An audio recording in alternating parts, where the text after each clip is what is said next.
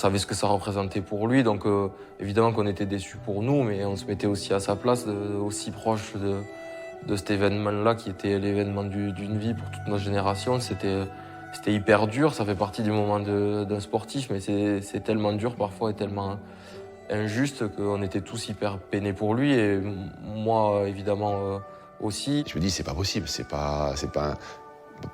le sort ne peut pas te jouer un tour comme ça, quoi. Te mettre en haut un mois et demi avant, puis d'un coup te mettre tout en bas. Le premier sentiment, c'est d'une déception absolue pour lui.